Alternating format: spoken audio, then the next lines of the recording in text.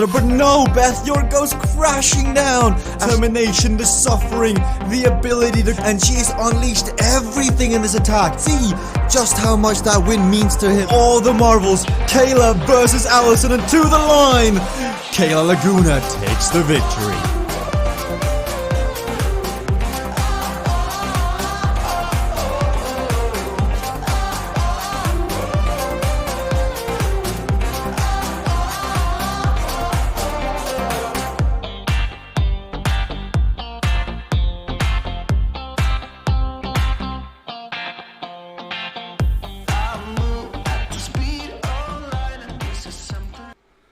Hello everyone, and welcome here to week 6 of the CVRcade Solo Cup. Before we get started today, the team would like to make an announcement. As the priority, we hope that you and your loved ones are healthy and well planned to stay safe.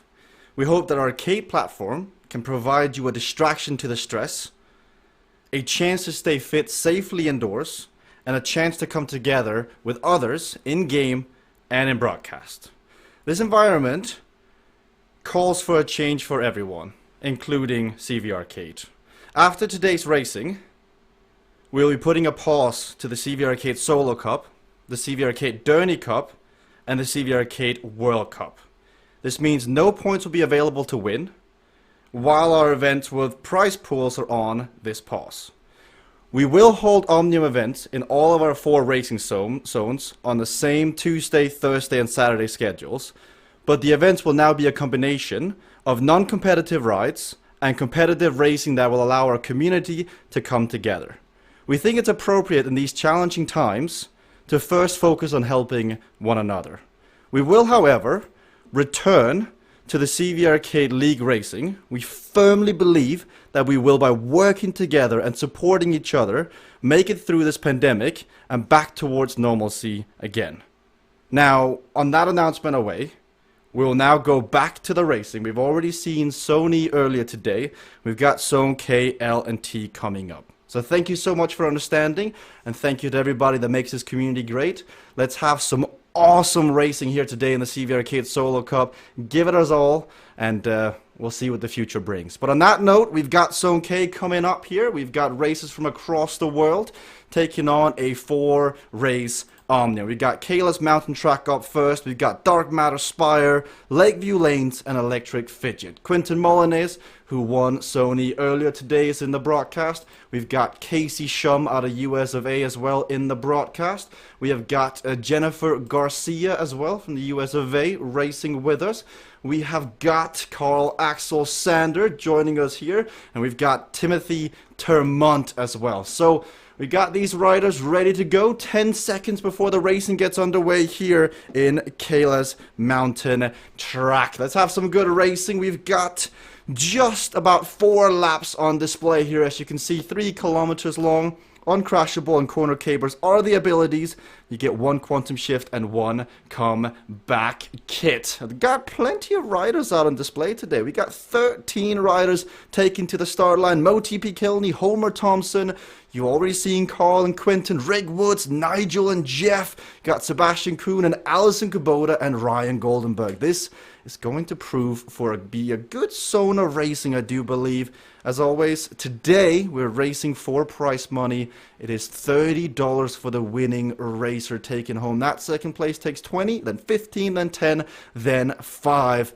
It looks like Allison Kubota is already getting off to a hot start off the front. On the right side of the screen here, you will be seeing the riders nearby list. You'll see their name, their nationality, their equalized watts they're putting out, their equalized heart rate, and their current speed.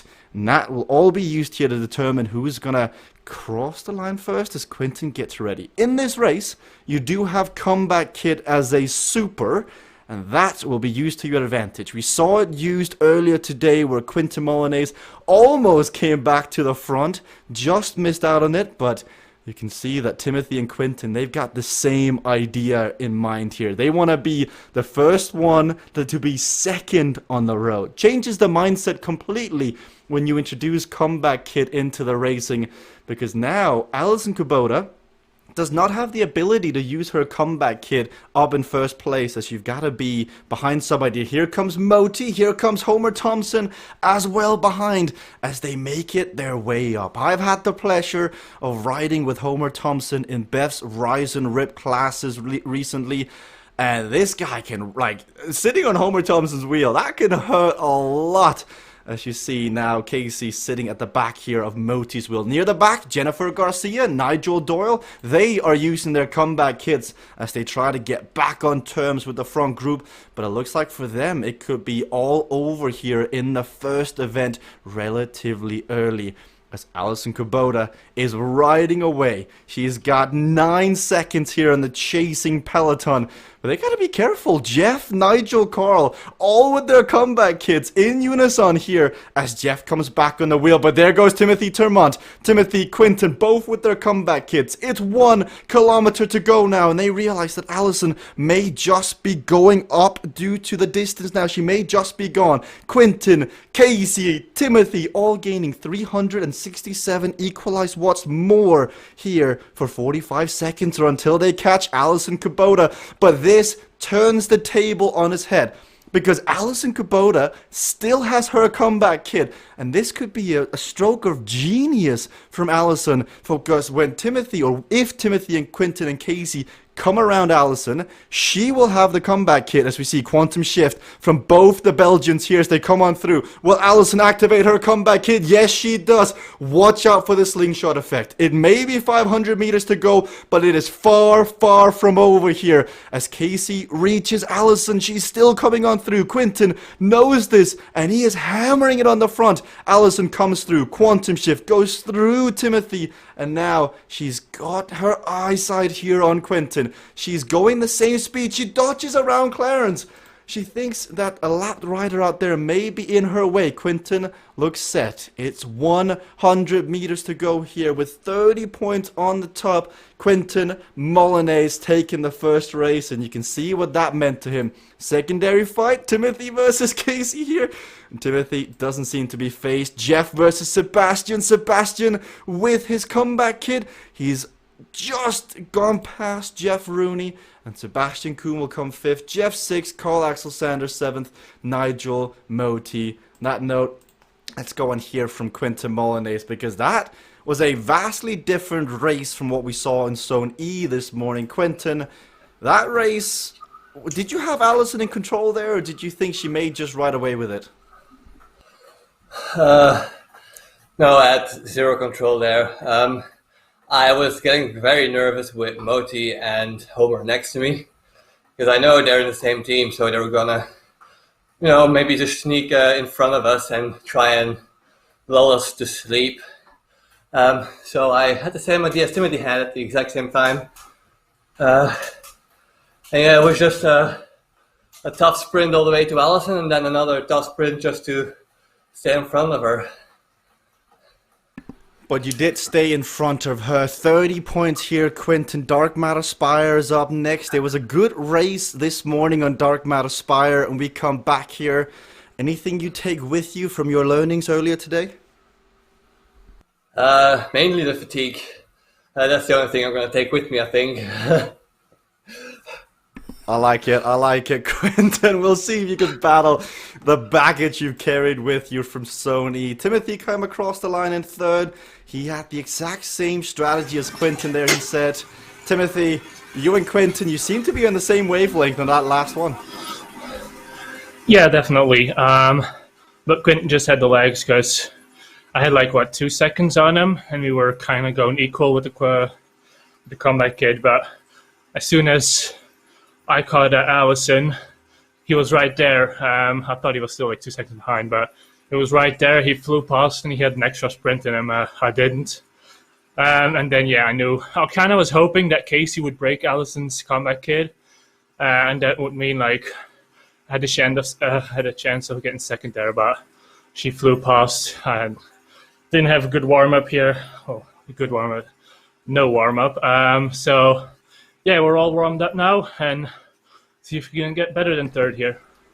Now, I see you're coming in with a new camera angle today. Is that the 3rd or the 4th Timothy Termont camera angle? Every day is a new camera angle for me. Because the setup, it's not stationary, so I got to set the camera up every single time, and that's why it's always like slightly off. Just trying some stuff.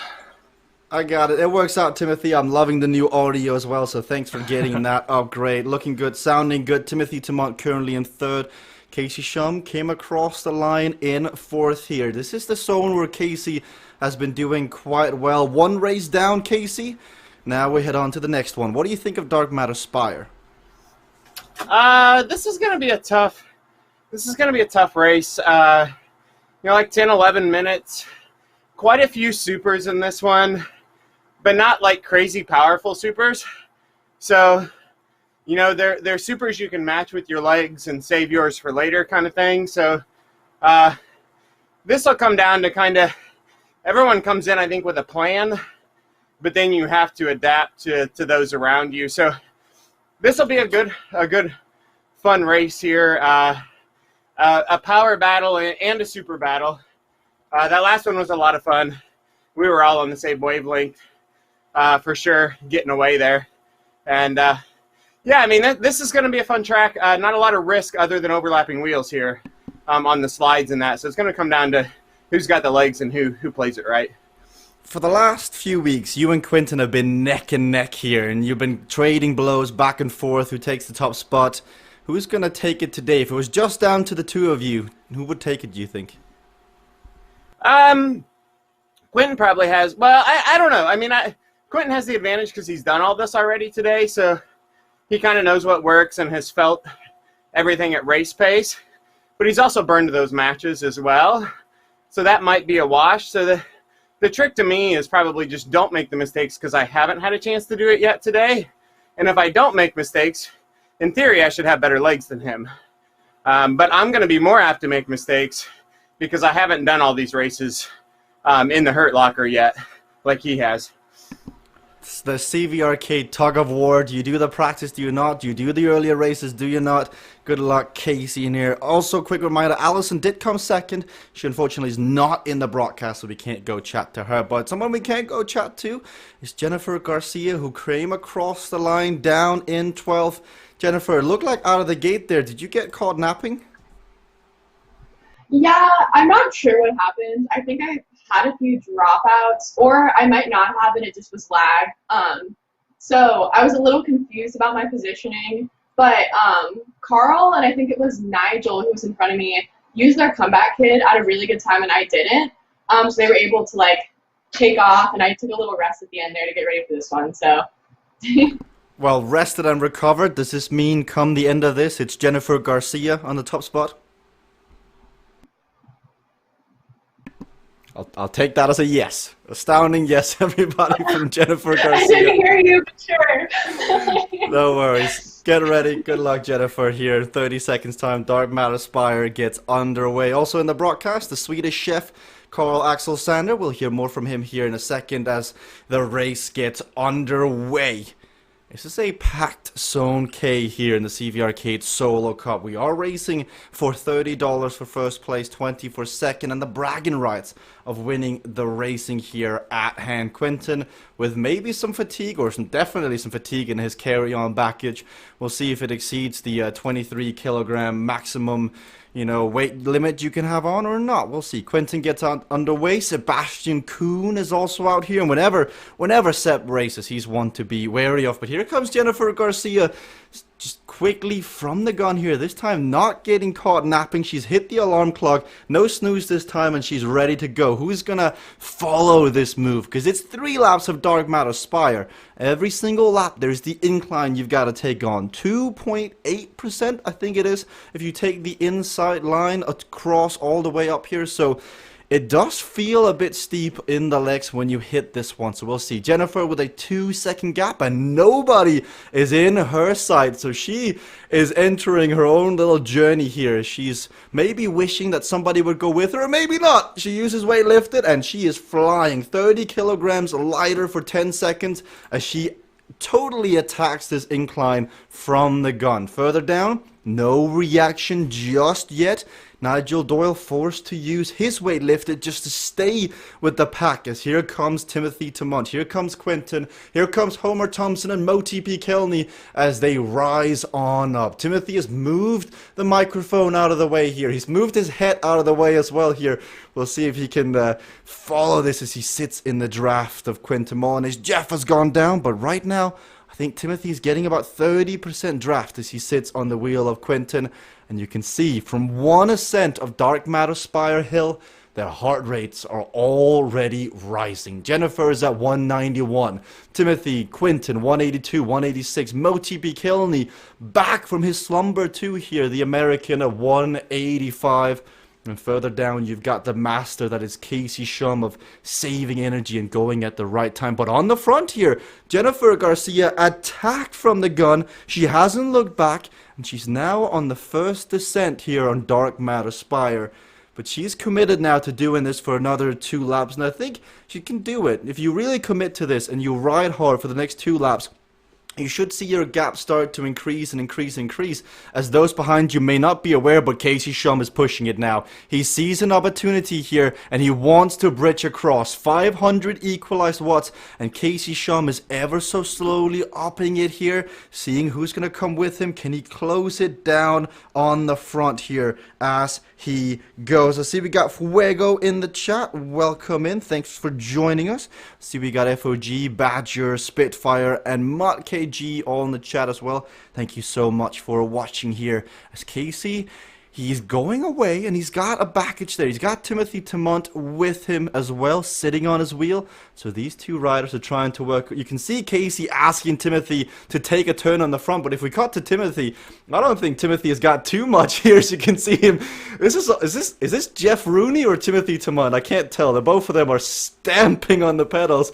as they're trying to keep up the pace. As now, the unfortunate byproduct of this for Jennifer is that the increased pace in the peloton has brought her back in. So that first effort has made her make the first selection. She is in the first 6 riders here. Quinton, Jennifer, Casey, Moti, Timothy, and Sebastian. But now, can she recover in time to go again? Because Dark Matter Spire Hill looms just around the corner. They turn right here and they get ready for the incline once more. As now it's Quinton's turn to take up the front, and Jennifer is sitting right there at 189. She wants this map badly. You heard her say she sat up on the previous one, saved the legs, and you can definitely tell she's hitting this one rested. Looking at the scoreboard, Quinton currently sits at the top at 90 points. Alison Kubota, who's now also back in this front group, has 78. Timothy at 61, tied with Moti P. Kilney at 61. Jennifer Garcia down at 47.8 as Alison Kubota goes. The duck flies again here as she goes. 193 equalized heart rate, and she is flying up this hill. And it doesn't look like Quinton Molineux is too concerned currently by this move by Alison Kubota, as he's keeping his pace, keeping his tempo. It is a long Omnium. You've got 4 races in total. We've done 1 on Kayla's mountain track. After this, we have got Lakeview Lanes and Electric Fidget up next. So it's a long Omnium. On this one, you've got 2 weightlifteds, 2 wind at your backs, 1 uncrashable, and 1 quantum shift. You saw Allison use her first super there, but she's at 196. Look across the heart rates. 195, 191, 191, 190, 192. This is just blinking lights everywhere as they're being pushed to the limit by the initial attack by Jennifer Garcia. Now the follow-up move by Alison Kubota here as she wants to get rid of Quinton Molineux. Wind at her back. 20km/h tailwind for 10 seconds. She's trying to just break the draft. But Quinton doesn't seem too phased currently. He's got his eyes on Allison. He's riding away. But if we cut to Casey Shum, who is just behind, you will see the suffering. You'll see the determination to come across. This is 195 equalized heart rate. He's got 5 more beats to give here before he is at his max. And this is just to close down the gap on the second lap of a 2-time scoring multiplier race here. Casey Shum is giving it his all. Further back, Carl Axel Sander, the Swedish chef, has been cooking it up lately. He wasn't able to complete the comeback on Saturday in the CVRcade World Cup, but I know that he wants to take this one. A poor start to the first race. He is now slowly ticking them off one by one. It's Sebastian, it's Timothy, it's Jennifer, and now 3 riders up the road. Alison Kubota of the US of A, Quintin Molyneux of Belgium, and Casey Shum out of United States of America as well. But 1 lap remains now. 1 more ascent as they get ready. Who will take the lead going into Lakeview Lanes, the next race up after this? So far, Alison Kubota, she may have been gone for a while, but she's not lost her gameplay strategy here. It is go to the front, ride hard, and just look over your shoulder until they all just fall off one by one. Casey has let go. Alison Kubota has ridden Casey Shum off her wheel, and the next victim, victim up on the chopping block is Quintin Molyneux here. But, I mean, you can't really face this man. Look at his face right now. Total ice cold, looks contained, looks like he's breathing well. He is just ready to go. And Casey Shum goes. Wind at his back, weight lifted. This is his attempt down in third. But Sebastian Kuhn is going as well, just that bit quicker. This will be a good effort on the front.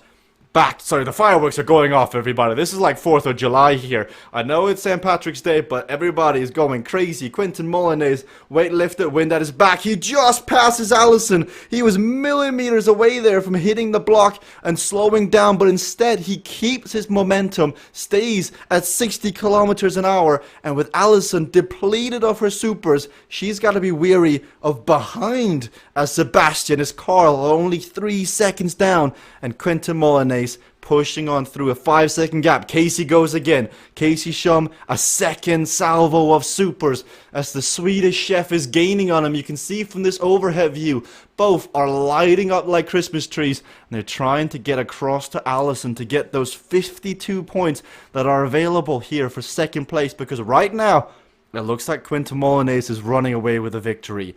Composed, ready, and lethal when asked. He has a 10-second lead.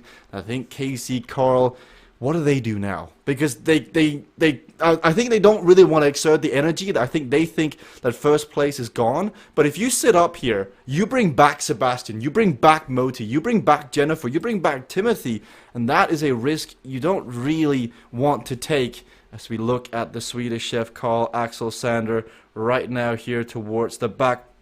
Chat is all cheering for Allison as Quantum Shift by Carl Axel Sander gets used here. He tries to attack away from the chasing group, as that is Allison, it's Casey. It doesn't look like Casey has what it takes to follow this move. The Swedish chef is going, he's got wind at his back, and he's starting his return up across the scoreboard. He slides into third, but when you look, it is 22 points up ahead. It is Quintin Molyneux who can come across the line and take his second victory here of Zone K and take maximum points currently as Carl Axel Sander is next. Casey versus Allison. Allison is riding away and Casey goes, no, you can have that one. I have nothing left. Allison third, Casey fourth. Sebastian Kuhn, no one around him. The metronome will come across in fifth. Moti in sixth. Then we got Homer. There's going to be a good fight here for the secondary positions. Jennifer, Homer, and Nigel here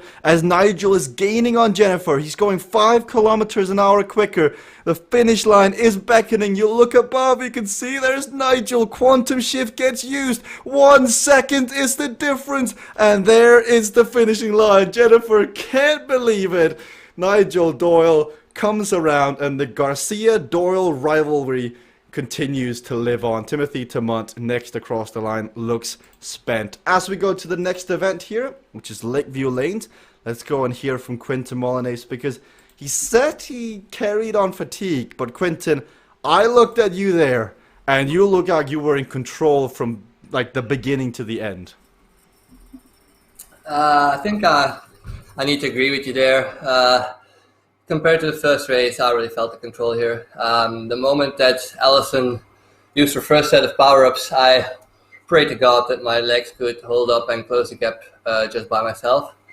And then when she used her second set of power-ups spread out. I don't know. I was doubting if my strategy of using them both at the same time was actually better or not. So I tried it at the end as well. But I think that was a mistake. But I mean, these races are here to try new things out on. And it could have worked in my opinion, but I don't know, something was missing there. But overall, it was a very tough race. Allison made for a very, very strong opponent. But in the end, I think I used my powers a little bit better than her. And that's what made the difference. You've got the advantage now going into Lakeview Lanes. A very technical map, and so is Electric Fidget up after this. How important is those 18 points to Allison, those 22 points to Carl, and even more importantly, the 27 to Casey? They're always important, and definitely with Fidget still coming up, a lot can happen there, because I crashed 3 times in Zone E. So if I would have had somebody there that didn't crash at all, then it would have been very tough to win that. I got lucky there that Ben lost focus for like a split second when I passed him, because otherwise he probably would have caught me in the end, because I only had like 4 seconds left on him. So it's always very important to get like a bonus going into the last race of the day for a little bit of ease of mind. Always. Well, good luck, Quentin, here. 4 km/h wind is on Lakeview Lanes here. Coming across the line further down, starting his comeback is the Swedish chef. Carl, we didn't get to hear from you in Kayla's mountain track, but what happened there in the first map? Oh, it was a very severe, some brake check, I think. Something in the first lap, like half the pack lost its speed, after the start. So, and I guess Manny was should really have used the quantum shifter to just go through it. But yeah, the peloton was just resolved there, and it was just a long chase back. But it's always interesting one. I think I like this format better without quantum shifts, as ability, because it gets more interesting racing than just sitting in the blob. So more interesting tactics with comeback kids. So yeah, it was really fun to race, even though it didn't go that well for me. On Saturday, you and your teammates for Velocity Vixen almost made the comeback on Saturday. Now you're here as an individual. You are the Swedish chef. Are you cooking up a comeback again today? Oh yeah, I think I'm solid on Lakeview Lanes here at least, and I have done some practice on Electric Fidget at least. So I want to at least defend my current podium position. That's the goal for today. Well, good luck on that one, Carl. I'll be excited Thanks. to see if your practice on Fidget and your confidence here on Lakeview Lanes will pay off. Somebody that we're not used to seeing. We saw Quentin ice cold, not being able to being broken. On the opposite end of the spectrum, we had Casey Shum. Casey, we saw a bit of emotion as you sprinted against Allison. What happened there towards the end? I just didn't have the legs to keep up with that. I went all in trying to catch that front group. Going into lap 3 there where you kind of called it out on the end of lap 2, and I just didn't have any legs left, so kudos to Allison. What I was going to share, what Carl experienced, we've noticed for about a week or so. So a little tip to those out there. When we first start for like 10 seconds, we're ghosted, or we can phase through one another. When we all pop solid again, it pushes us all apart. And if you're not in the front 5 or 6 riders, it feels like a brake check. It's not actually a brake check, but it's just stringing out the group. And if you're at the back, it really slows you down. So you got to get out of line before that ghost finishes if you're not in like the top 5 or so. I hope everyone is taking notes as Professor Shum is holding cake class here, everybody. That will be on your pop quiz come very soon. Casey, now that the legs may have been fatigued, are you going to be able to come back here and make a return on Lakeview Lanes? We'll ride this one as best we can. The points can really be made up on Electric Fidget. We know, I don't want to stick my foot in my mouth, but I've had a lot of success there. Hopefully I can repeat that today. Well, good luck, Casey. I know the chat will be rooting for you as well. 20 seconds to go before the racing gets underway. Quentin currently leading, Allison second, Carl Axel Sander third, Casey and Sebastian Kuhn down in fifth. Lakeview Lanes, a high skill map with wind. This will be interesting. Who's got the legs? Who is feeling the fatigue? And who is mentally motivated to give everything? I guess only time will tell as we get underway here once again. Alison Kubota has really been the phenomenon of the day here. I know she's been training heavily lately, and it really starts to show here. She's got the legs to really push through early on, but it's Ryan Goldenberg out of Canada taking the initial lead as Jeff Rooney once again finds himself falling down. Ryan Goldenberg, and we've got Alison Kubota riding away with Sebastian Kuhn, and this could change the Omnium on its head. 132, Alison and Quinten currently tied at the top here. Again, it is also pending bonus points as Ryan there gets lucky with a lane changer. Very skillfully just dodges Quinten's wheel to not fall down. It does look like riding out of the standings as the excitement goes on in the front. Timothy Tamont has blown a gasket down here. Timothy, what's the update? Yeah, I'm just taking it easy here.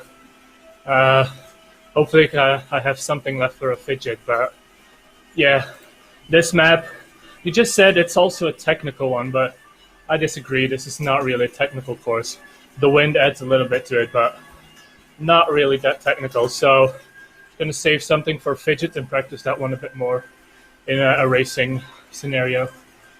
Sounds reasonable, Timothy. I'll let you get back to the bot patrol. Keep them in line for the rest of us now that Nigel Doyle is racing near the front here and he's letting the bots go on their own.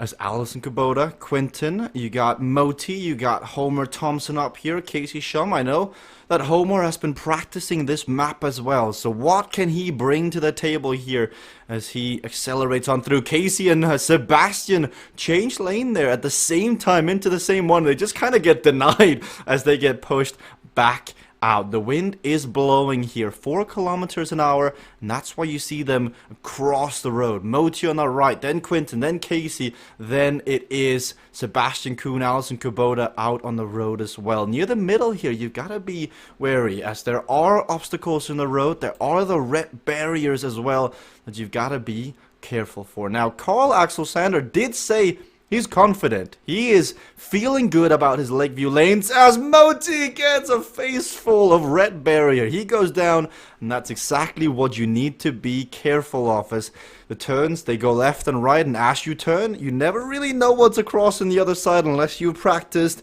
and sometimes it can be an obstacle. On this map, you got one wind at your back, one underdog, and one corner caper.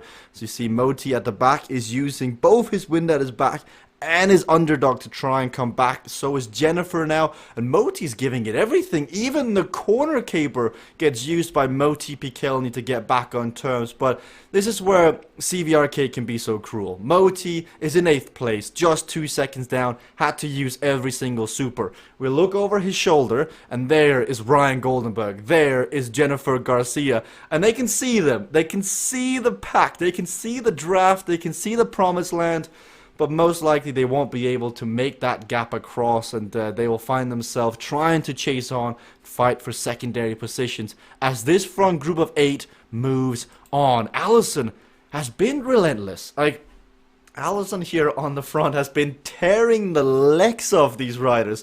You'll not be understated. I mean, Alison Kubota come in here with a mission, and she's obviously made Casey slightly fatigued. Quinten comes in here. Now, he got the better of Allison in the first 2 races, but what about the length of the races? Once we head into race 3, race 4, maybe the endurance, maybe the freshness will be something that gets on display as Homer unfortunately changes the lane across, doesn't check his rearview mirrors, and he will be wishing he could take that one back as he'd done so well up until that point. Again, if you're doing this as a physical replay, as we near the halfway point, you should probably push on, because I'll be doing this as a physical replay, and I'll be hearing this in the broadcast, and it's going to be like, Jesper, I'm dying here. I'm working out. I've got the draft, and I don't have the draft. It moves to the left. It moves to the right. I'm having fun, Jesper. But could somebody just please stop the wind?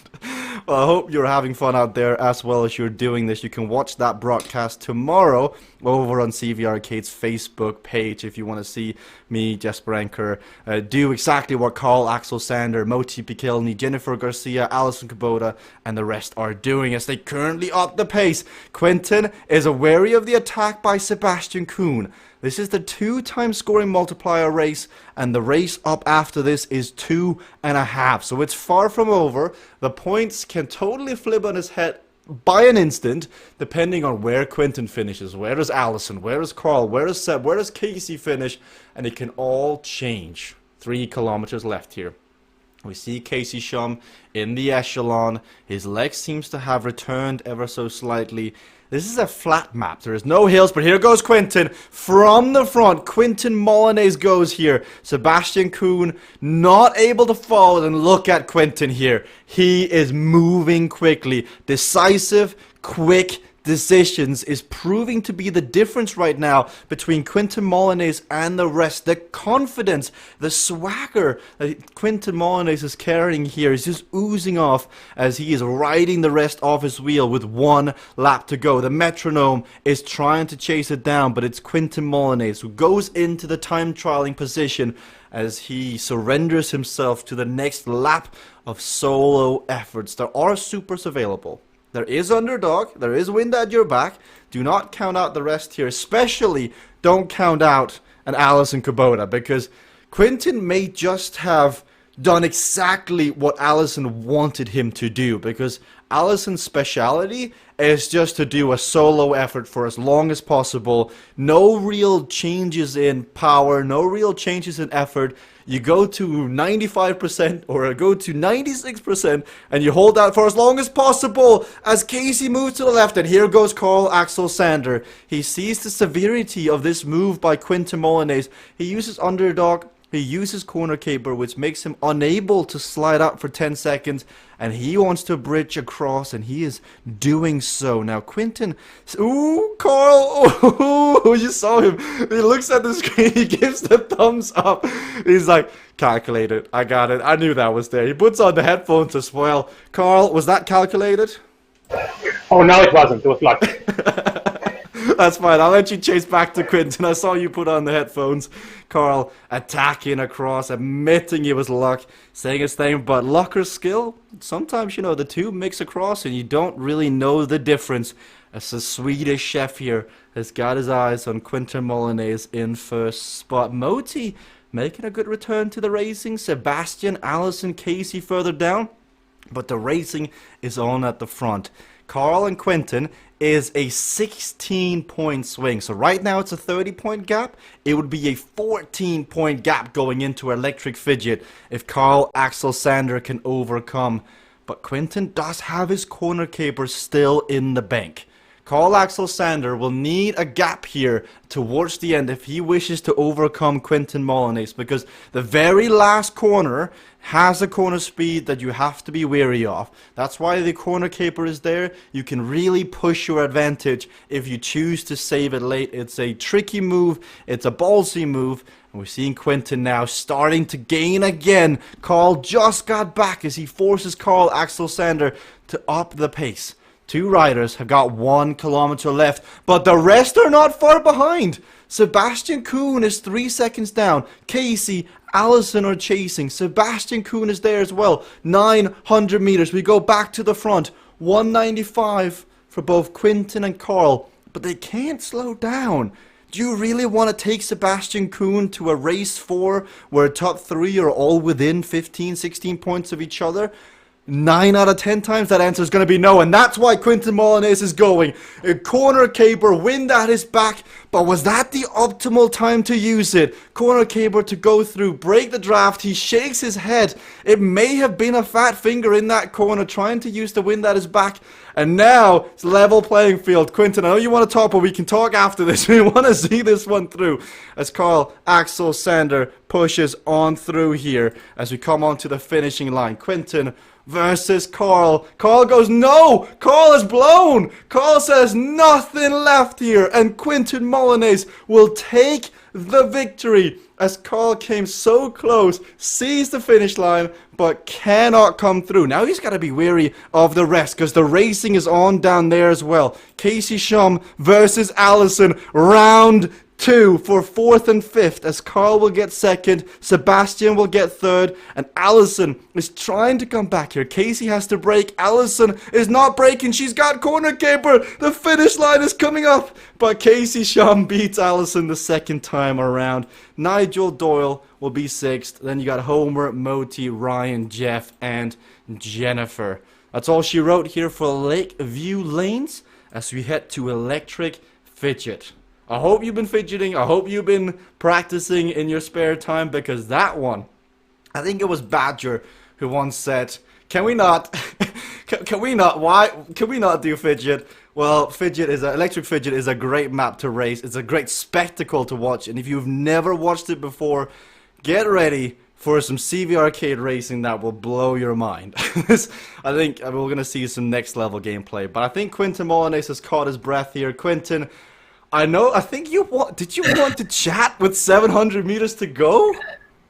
Yeah, I could spit out 3 words that it wasn't meant to be used there, the corner caper, but I forgot to use my wind at my back earlier, and then I took too much speed into that corner, so I was going to slide out and crash if I didn't use it. So it was just some last minute thinking and just deciding to not slow down and just use a corner caper there instead of the last corner on the finish line, which in the end turned out to be the right option, because if I slowed down, Carl would have caught up again.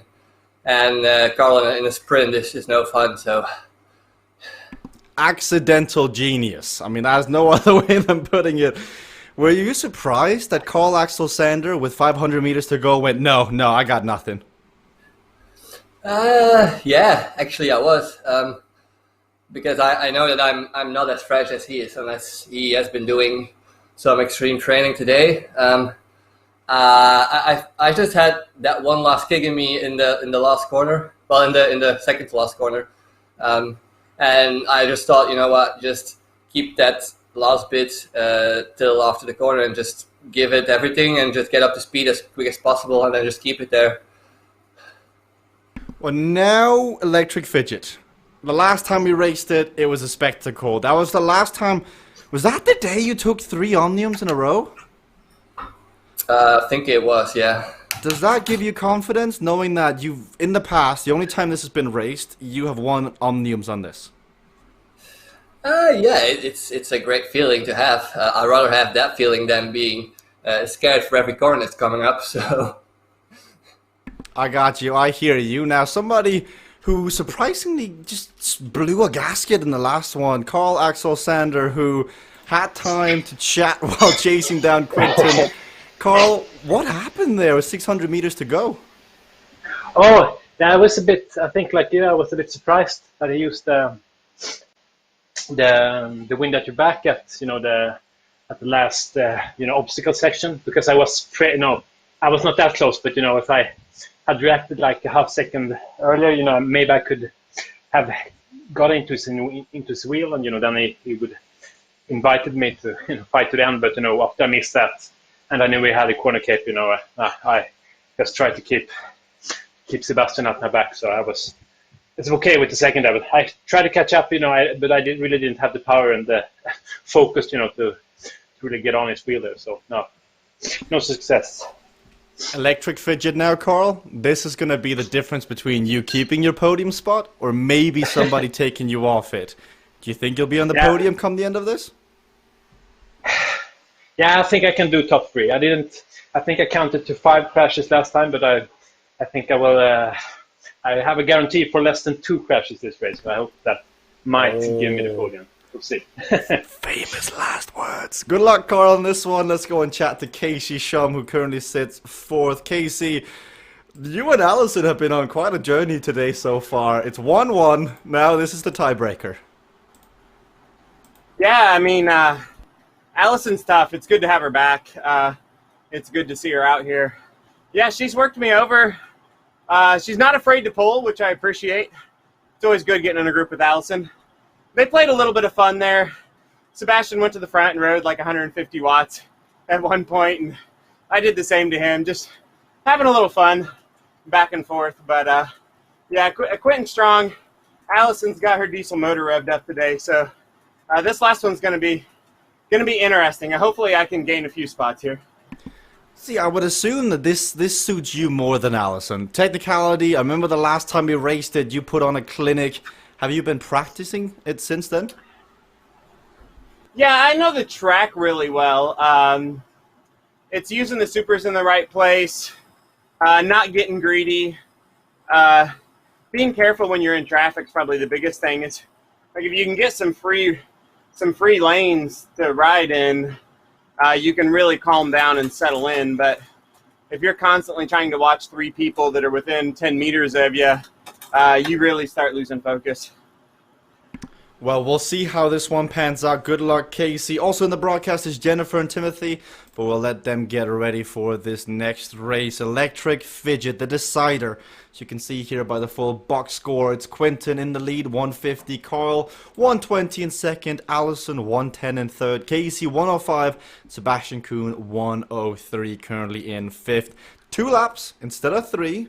We'll see how that changes up the dynamic of the racing, but the trick, which was really first pushed through as a mantra by Frank Garcia, is you gotta go slow in order to go fast. Overbraking these corners is often better, if not always better, than crashing in one, because these corners are going to be tight. They're going to be steep, 20, 19 kilometers an hour through. We'll see how this one pans through, as Quentin Molyneux currently in the lead, but with a 2.5 scoring multiplier here, anything can really change in the top 5, top 6 here, where the money is. Timothy, Sebastian push on through. In this race, they do have 2 weight lifted, 1 corner caber, 1 uncrashable, and 1 comeback kit. That comeback kit is going to be vital for your success, because what you normally do is you get out in the front and you get away from the danger, but by doing so, you function like a carrot. You activate everybody else's comeback kit further down, and you saw in Event 1 on Kayla's mountain track just how powerful that can be. So you don't really want to get in front, but you want to get in front. This, ladies and gentlemen, is going to be 6 kilometers of great fun.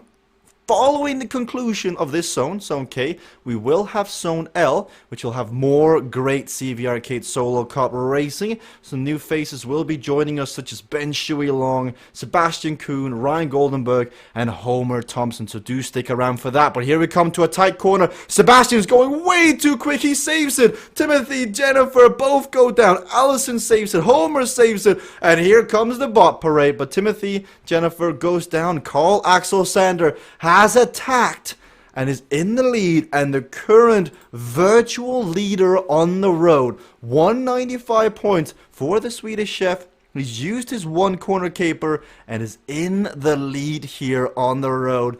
That will give him that bit of extra motivation as Jeff continues his streak of crashing. But so does Nigel, so does Allison. And Allison jumps from 3rd place here down to 5th. As she now has to fight to get back up. As you see, Casey Shum down in 3rd. He is riding just away from Quentin Molyneux, Moti B. Kilney, Homer Thompson, Jeff Rooney, and Allison Kubota. As we go back to the front, Sebastian Kuhn has overtaken Carl Axelsen on the front, but Quentin looks composed. He looks ready, not too worried about the situation so far. He looks at the scoreboard and he knows that as long as he doesn't make a mistake, he looks set to take this one home. As Moti P. Kilney, corner caper and wind at his back, comes through the corner, flies on through. Here comes the spiral. Now he's got to slow down. 56. He's got uncrashable. He's got uncrashable. Who am I? Nope, get him out of here. I'm out. Moti P. Kilney goes into the lead. Corner caper, uncrashable. Sebastian Kuhn next. Go! Did anyone see Sebastian Kuhn there fly through? That was just like Quentin Molyneux earlier today in Zone E. 72 kilometers an hour. As Sebastian Kuhn slows down, he does not want to fall victim to the same mistake that Moti Bikelny just did. Timothy Tamont crashes.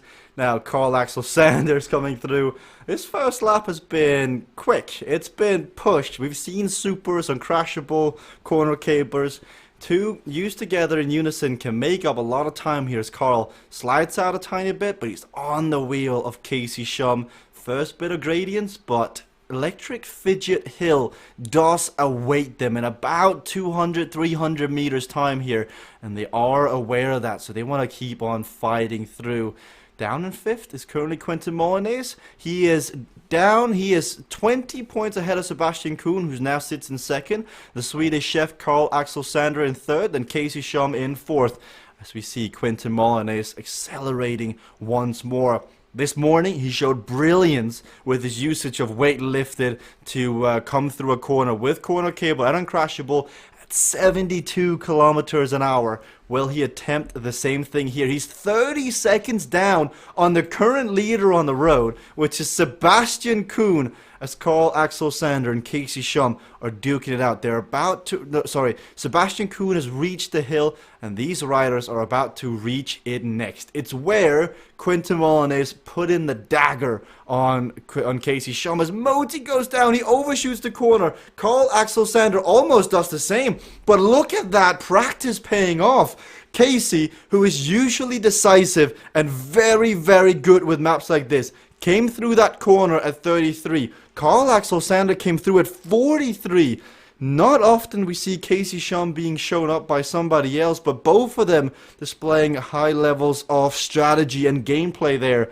As Casey Shum now using the inclines, the 3-4% to his advantage as he comes by the Swedish chef and he moves on over. Now Sebastian does have a 30-second lead in the front, but it is so far from over because this spiral that Casey Shum is about to head into, you can make up a lot of time if you take this one right as well, with perhaps an uncrashable or a corner caper. As Casey, one finger on the brake, he comes on through, he accelerates once again as he's trying to get rid of the Swedish chef behind him. We take stock of the scoreboard. Quentin Molinez in the lead, 202.5. He needs a crash to really get out of the first spot. But then it gets close. Sebastian Kuhn, Carl Axel Sander, Casey Shum, 178, 177.5, and 170. So 8 points between second and third here. As it looks like Carl may have been trying to force a mistake out of Casey Shum, but not successful in that one. Also, what you can also do with this, combining your weight lifted with your comeback kit here, with a corner caper and uncrashable, we're going to see supersonic speed. We're going back to the future, and we're going to go there fast. So we're going to see who it will be that will take second, third, and fourth here. Allison sits comfortably in fifth, and is going to have a tough time being challenged here. As now it's Timothy Tamon in sixth and Homer in seventh with a comeback kit that he's using to get back. But Casey on the front, he activates his comeback kit. His wind at his back here, 60 kilometers an hour. He pushes on through. Carl Axel Sander opting not to go with it. The gap to Sebastian is withering here. 25 seconds, 24 seconds. It's going down, and you can see the equalized watts differential here is 400. Over 100% here, as I believe Casey will probably look to use uncrashable or corner caper. He does use uncrashable here. He comes on through. He's still got corner caper available here for the next straight to use if he chooses to do so, but it looks like he slows down instead. Is it enough? Oh, he gets close. There's another tight corner coming here. He slows down and he crashes just on the edge. All that time made up, probably loses around 6-7 seconds here, but it's still within the balance. But Sebastian on the front is riding this one through. But see, he's got a 40-second gap. From what we saw seeing Quentin Molinez do this morning, it's far from over. But Carl, with a comeback kit here, it's not going to last as long as somebody like Quentin further down, as he's got a 6-second gap to Casey. He wants to catch that one back. If Carl comes around Casey, Carl would take second place here today in Zone K in the CVRcade Solo Cup. He's got 6 seconds to make up here. and it's 1.5 kilometers left of racing. Carl comes through this tight corner. He comes in through it. Sebastian has gone down. Sebastian Kuhn, our current leader, who had 7 crashes last time he raced this, has gone down. So suddenly the 30-second lead seems less as Carl Axel Sander, Casey Shum pushing on through again further down. That's Casey Shum with his corner caper now. Comes through the chicane. He pushes with everything. He needs to make the next corner. He comes on through. He does not break. And he can now see the German metronome in his sights further up. And Carl Axel Sander used his comeback kit, got back to Casey, but the second he got back to Casey, Casey Shum used his wind at his back here, weight lifted, and his corner caper to come on through. He's at 197. He wants this. If he catches 7, Quinten has gone down. Does that change anything on the top bit here? We look, nothing yet. It's still 20 points as Timothy is coming back. 1 kilometer left now on the front. Casey, taking the top spot here, would pass both Sebastian and Carl and move into the second spot. And he knows this. He's got 1 kilometer to come over the top of the German here. But Carl Axel Sander still has his corner caper in the tank or uncrashable. One of the two in the tank here, I do believe. How is he going to use it? He goes, nope, he's used it all. That may actually be the end for Carl if that's the case. But the fight continues on the front here.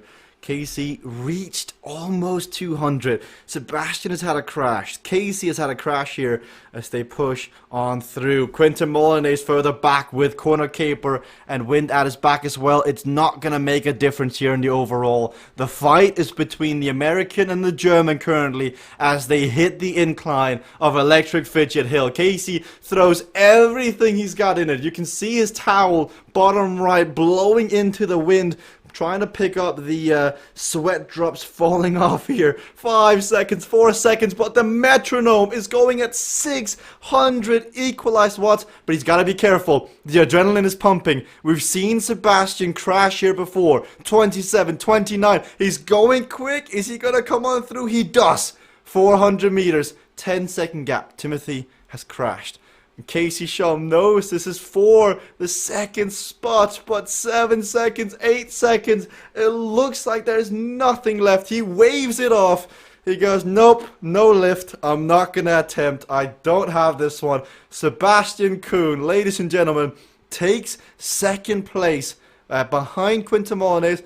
He's got to be careful he doesn't crash here, but he comes on through. Sebastian Kuhn, second place, half a point ahead of Carl Axel Sander. Casey Shum gave it his best. He got within touching distance of Sebastian, but then Sebastian just slowly upped the pace. Carl Axel Sanders trying. Timothy is trying to catch up here. He's pushing on through into the spiral here, but he's got 25 seconds to make up to Carl Axel Sander here. Carl has got a left-hand turn. He can see the finish line.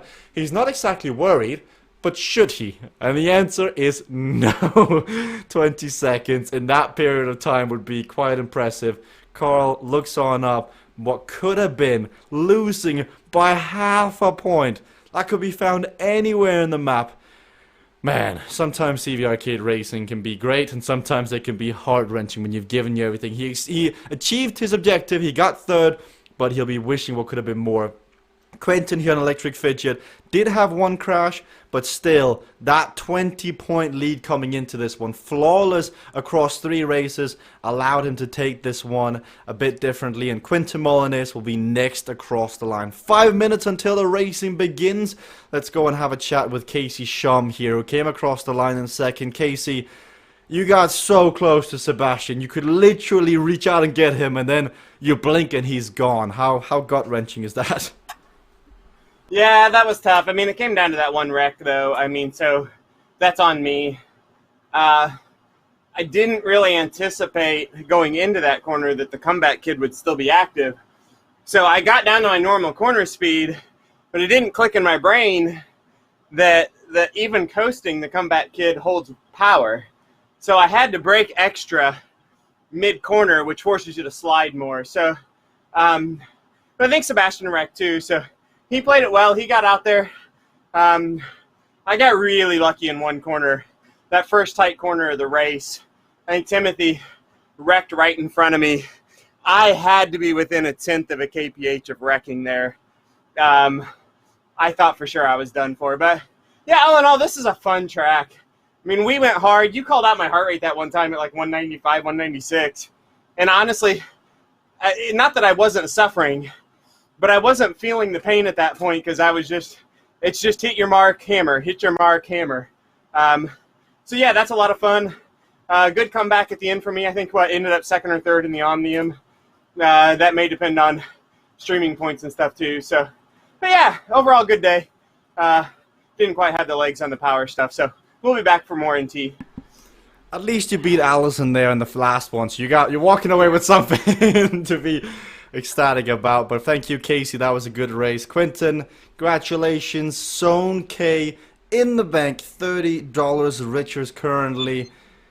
I mean, that looked like the last map was kind of a parade for you. Were you thanking your fans? Were you, open bus? Was that what's going on?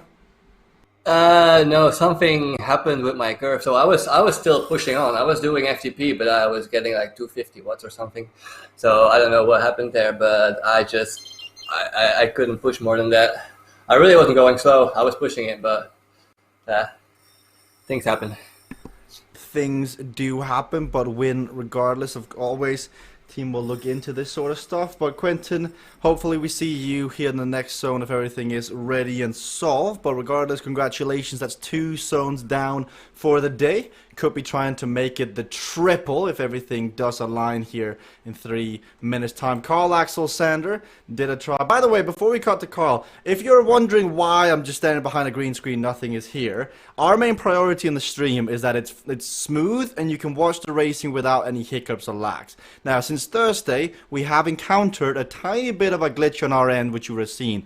The CPU of our broadcasting program, for some reason, it sometimes jump up. Now, for the first hour of broadcasting, it was flawless. Now, as soon as Electric Fidget finished, I'm now seeing it jumped up. So the reason we're doing this is because we're testing alongside you. CVRcade is a beta platform. The streaming is beta and always changing. So we're trying a stripped down version, but to no avail as we keep testing things and we keep getting different results. So if you're wondering why I just have a fancy little cloth behind me, it's because the main thing that's important is what's on that side, which is the actual gameplay that you are seeing. Let's go and talk with the Swedish chef. Because Carl Axel Sander was cooking up a comeback, but couldn't quite get the salt, the pepper right. Maybe didn't cook it long enough. But Carl, good racing nonetheless from you. Yeah, I was actually on the course racing was fine, but then I did 2 mistakes, and it was to use the corner caper and crushable on the completely wrong side. Just in the very first 27 corner, just 1 minute into race, I got brain freeze and I forgot to brake, so I had to use the corner caper to stay up straight. And then when I was chasing Casey on the second lap, I used the crashable also in the wrong place. I couldn't utilize that super boost through the tricky downhill segment. So it was probably lost 15-20 seconds there just by that. But other than that, I was happy with my fidget skills. So Your fidget skills. Does this mean you're going to go out and get a fidget spinner just to see if you can get better and better? Sorry, yeah, that was a bad joke. It's okay, Carl. It's okay. You can laugh at me even more if you want to. But guys, 45 seconds to go here. Carl Axel Sander, the Swedish chef.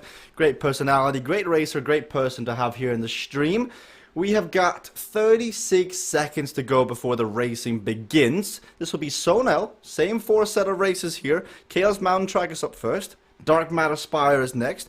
We got Lakeview Lanes, and we'll finish on the Electric Fidget Spinner once more. That was for free. Electric Fidget once more. I see we've got Ben Shuilong ready. We've got Vibeke Bertram, Beth York, Luis Soberanese, Ryan Goldenberg. Stefan is back for the 3rd week in a row. Shout out to the Swedes. You got Timothy Tamont, Alison Kubota, Jeff Rooney, Quinton Molines, Homer Thompson, and I see that Vanessa Murahan is also out on the map. Here we can see Ben Shuilong on the stream. He was on Zone E this morning. He's changed his camera angle to put it straight on him here. So it only took us 9 months, but we have reached the promised land, everybody. Ben Shuilong with a proper camera setup. looking better already, Ben, and you know, it is a secret. You do gain 10 skills in CVRcade by placing the camera in the optimal position. So take this and use the advantage as you journey on out. And looks like Allison is continuing off where she left in Zone K. She is barely 400 meters into in the first race of Zone L, and she's already attacking up the front, forcing Quentin Molyneux to close it down. Arcade Pro here, as he won the first Omnium of the day, Zone E. He's won Zone K, and he's attempting here to take Zone L, the infamous triple that he is the only one to do so in the past, as he pushes on through. Jeff Rooney's in here. We got Ryan Goldenberg also in the stream. Down in 6th place, you'll note the matching mitochondria kit in real life and in the game. So that's always good to see the green jersey on display. He's got the headband as well. He's a rider who's been growing increasingly in strength, and we'll see what he can bring to the table today in terms of skills here in the racing. We hit the incline, the percentages start to kick up in the trainer. You've got to change the gears. You can see his cadence has come down as he pushes over the top. And now Quentin being forced to react to Jeff Rooney here, to Luis Soberanis and everything. And it looks like Quentin may be feeling the fatigue from the 2 Omniums here as he pushes on through, standing up and having to get back on the wheel. Ben Shui along with a comeback kit. So he's lost touch of the first 5, and now with his comeback kit, he's pushing back on. 367, equalized what's more for 45 seconds until you catch the first rider up the road. And he'll now get back on. 1.5 kilometers, halfway through the racing, 2 laps remaining. Also joining us here in the broadcast is everybody's fan favorite, Homer Thompson. He's near the back. It is his 3rd Omnium of the day, I believe so as well. Now in a cognition kit, everybody. So a man of great taste, a man of great skill, now also in a cognition kit, as he is riding on through. Of course, today is the solo cup, meaning that there are individuals, but on Saturday, you do normally, as we saw last Saturday, have the big premiere event. As Quentin sits in here, it looks like the riders are going off the front. Ryan Goldenberg, Allison Kubota are pushing here. Ryan Goldenberg in 3rd. He's got the wheel of Jeff Rooney, of Allison Kubota. And Allison is just absolutely beasting it here on the front once more. A 190 equalized heart rate. She pushes on through. Ben Shuilong with a quantum shift. He comes over the top. He's going to try an attack here, perhaps. Maybe he doesn't want to be the first one up. This is a peculiar situation for Ben, because what does he do? Does he stick with it? He's in a good position, but then you open up the comeback kit. Do you not stay with it? But then you open up your chance for fatigue. Jeff Rooney goes. The Kiwi attacks on the incline. And now it's Ryan Goldenberg reacting. It's Ben Shuilong. Quentin Molyneux is also coming through. This time, he slams into the back of the rider behind him. But Beth York as well is accelerating. She's pushing on through. Ryan Goldenberg with a comeback kit. Everything once more here in Kayla's Mountain Track. You got fireworks going off. Jeff looks strong, but Ryan has got more momentum. Quantum shift. He is 4 kilometers an hour quicker than Jeff, but that can change in an instant. 100 meters to go. Ryan Goldenberg of Canada will take the victory here on Kayla's Mountain Track. Ben Shuilong will come across the line in 4th, as it is Vibeke Bertram beasting Allison, then Quentin, Stefan in 8th, Louise in 9th, Timothy Tomut and Homer Thompson next across the line. As we head to to Dark Matter Spire, 3 laps once more. Strong start. I mean, that was some power once more. That map, that first event without quantum shift as an ability, you really got to push it in order to be near the front. Now, Ryan came across the line. We do have Ryan in the stream. Ryan, congratulations.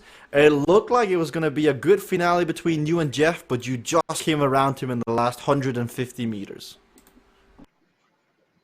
Yeah, Jeff and Beth, who I think was 3rd. You know, normally my teammates, but, you know, every man for himself today. Sorry, Jeff. Yeah, you're right. I mean, the first event's so different. Now that quantum shift ability is turned off, I probably go 2, if not 3 times as hard. just trying to stay near the front, where it was almost a recovery and then sprint before. But yeah, tough one. We'll see how much that takes out of the legs going to these next few tough ones. Dark Matter Spire up next. 3 laps of this hill, this descent. It's it's a sneakily tricky map. The descent, you've got to be careful you don't crash in some of the corners in the hill. I mean, if you don't time it right with your supers, you may also fall out. Are you confident in your ability on this map now that you're in the lead? Yeah, I mean, I'm going to have to, I don't know if empty the tank, but use a lot of the tank for sure to, again, stay near the front. Originally, I thought it was uncrashable ability as a kind of a medium skill, but I watched the earlier zones and I saw crash and it's like, uh-oh, got to change my mindset. So, yeah, again, just stay near the front. I mean, there's good opportunities for attack here, whether that's Allison again. I don't know how much she's got left. Or, I think there's a couple other riders that save their legs for L. So, see how it goes. We will see how it goes. Good luck, Ryan, here in this race. Jeff and Beth came 2nd and 3rd. Fortunately, not on the stream today, but they are in the racing. 4th across the line, the man with the best looking streaming setup of the day, Ben Shuilong. What like pushed you across the line? What was like? So I've always had the camera angle here to the left. Now today I'm gonna move it to the right. What happened? I think off to the side is just slightly better angle, but to please you, I thought I'd got it dead straight again. Well, I'm very, very happy you've done so, Ben. It's a great placement from me. Now, you're 4th. You have 21 points. Looking strong. You had Zone E. Without a few crashes in Zone E, that result may be different. Do you bring the same mindset as E, or do you bring a new mindset here into Zone L? Slightly new. The legs are definitely feeling the Zone E efforts, so I was just save some strength on that first race. I think I did okay considering. I used my comeback kit and actually braked, so I could stay with the comeback kit at low power behind the group for as long as possible and save my legs. So I'm quite happy with 4th considering. But yeah, this is a tough race, so this is going to be tough. Definitely. Well, good luck here in this one, Ben. Dark Matter Spire 3 laps. That is going to be tough as you've got weight lifted, wind at your back, uncrashable, and quantum shift as your supers available. Joining us here in the stream as well is Homer Thompson. Got off to not the best of starts here in the previous race, but Homer, 3rd Omnium of the day. We rode together yesterday. How are you feeling? I'm feeling okay. Feeling good. Nothing can get you down. Now, this is the sort of race I think you'd do well on. You power on through on the hills. Do you feel that too? Do you feel confident about this map, or what do you think about Dark Matter Spire? Oh yeah, everybody needs to be really on their toes on this one because I'm gonna give them a race on this one. So get ready, guys. So gentlemanly, telling everybody that Homer is gonna get. I like it, Homer. Good luck in this one, saying that he's going to try and give it some beans. I think we could see a good result from Homer. It's good to see this many riders up. We got 13 riders taking to the start line. 1 minute and 30 seconds before it gets underway.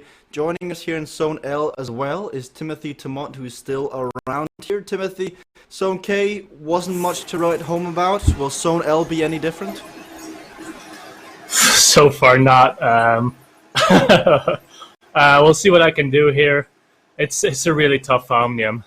I wonder, is the last race with wind at your back or with like weight lifted? Because I saw in Zone E it was weight lifted, but Zone K was wind at your back. So that kind of changed my tactics around. Oof, that caught me off guard. It is supposed to be weight lifted, but whatever happens does happen. It does happen that the event teams does make mistakes, but you race with what you get. Yeah, but it's for everybody, so... Yes, yeah, exactly. So, I had a tactic. I had to rethink it, and I crashed 4 times in the first lap. So it happened. If I'm being honest here, yeah. weightlifted wind at your back should not cause that big of a computation in your mind to force Maybe 4 for you, crashes. not Jasper, but come on. One makes you quicker, it's the really other tough. one makes you quicker. I get what you're saying, Timothy, but I'm just trying to, to explain the situation. Maybe here. I'm just getting excuses in. I don't know. It sounds like it. Well, you got 8 seconds Nah, here. I don't know. Get all your excuses out, and then let's go. And this one, weightlifted and wind at your back are available. So less than 4 crashes should be in the cards for Timothy Tamud on Dark Matter Spires. Quinton Molinez here out from the gun. Tries to put on a bit of pressure on the rest. It was Jennifer Garcia in Zone K that for the duration of the first lap put the pressure on the rest and forced an action from the chasing pack. And then it was Casey Shum who was the first one to close it down. Then the fireworks started lighting up as Alison Kubota and Quinton Molinez tacked on through. And we're seeing that here from Quinton Molinez once again. Stefan here out of Sweden in third. He's been racing more and more here, and he may be a wild card for a good result here today. Look on his shoulder, you'll see the 2 stripes, you'll see the Cade Cadet there. So Stefan made it through the ranks, he's got his license, and I think, oh, Stefan, no! Cursed as he falls down, he moves over into the right. There's no room there, my friend, and Stefan now falls onto the floor. So the commentator curse strikes once again here. We'll hope that the same fate won't fall upon Ryan Goldenberg as we sit here in fourth, watching him chase down Beth, Louise, and Quinton. And Quinton Molinez is set on making this a tough race than the rest, it looks like. Come out from the gun here, slightly bit more, he was in control in some K. Here we see him a bit more erratic, a bit more sporadic with his speed, with his power as he pushes on through. Luis Sobranese moves up. Homer Thompson now, we did hear Homer Thompson say this could be his. This is going to be the one that Homer Thompson is going to give it some on the front here. And he is at 370 equalized watts, letting on the pace as Ryan Goldenberg is in his draft right now in the wake.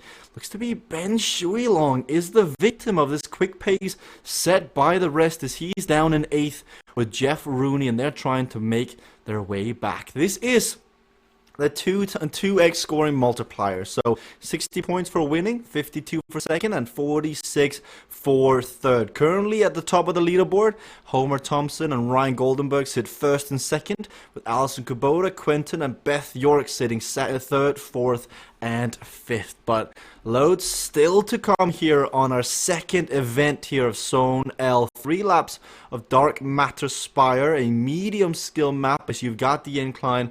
They've got to use their supers, their 2 weightlifteds, their 2 wind at their backs, their uncrashable, and their quantum shifts to the maximum advantage. We look from above here, as you can see the group, we come down, you got Ryan, you got Homer, you got Vibeke, you got Quinton here on the inside as they ride around the Dark Matter world.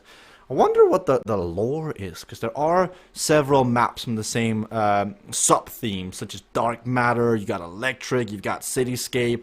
What happened to Dark Matter? Was this once what Cityscape Spire looked like, and now it looks like this because aliens came? I don't know. You tell me the lore of CVRcade as Alison Kubota comes across the top here with her quantum shift, but I think she just wanted to move to the inside there. Homer Thompson sitting across here in the second lane as everybody moves on over.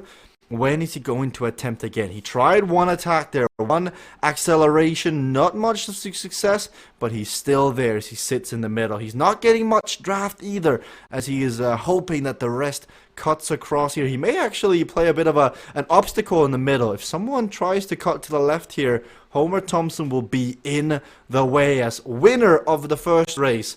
Ryan Goldenberg now sits first here in the second race, slowly increasing the pace. He's been on good form lately, and we'll see if he can use that to his advantage. In the last zone, it was Jeff Rooney, it was Ryan Goldenberg near the front, and it looks like those two will be the main protagonists once more here as they're starting to gather a 2-second gap together on the rest. First, second, and third here have a 2-second gap as Quinton Molinez pushes on through. Quinton is in the pursuit of the second triple ever recorded in CVRcade racing history as Ryan moves one over, Quinten moves on over. And Quinten for a second hovered his hand over his super selection. So he was thinking, but he decided that was not the moment to go. As he's on the front here, he's won Sony and CVRcade preliminary, awaiting official results and inquiry. But he looks set here for another attempt at Zone L. Just off the back is Homer Thompson. 5 riders make up the front group. It's Jeff Rooney, it's Vibeke Bertram, Beth York, Quinten Molyneux, and Ryan Goldenberg. Can Homer get back on? The answer is yes, but how long can he stick on here, as we're going to see what he's got left. Ben Shuey along off the back, Louise Sobranese and Allison feeling her effort now, as she's been riding hard in the first Omnium of the day here, CVRcade on this broadcast, so she's feeling the fatigue as the riders are pushing on through. Ben Shuey along, second ascent done for him, and he now starts the descent as well. As we go back to the front, Ryan Goldenberg, strong performance in the first race. He has had Saturday off here, so he may be fresh coming into this race. As we see the last lap coming up, we haven't really seen any supers being deployed just yet, so we could have a firework of a finish here in this next lap, as we see the weight lifted, the wind of their backs all get used at the same time. Now they just go across the road. Nobody wanting to go just yet, as it looks like Quinten puts in a bit of a move and Ryan reacts to it, not getting away just yet. Further back, you've got Beth York. You've got Homer Thompson making a back in, Vibeke Bertram as well.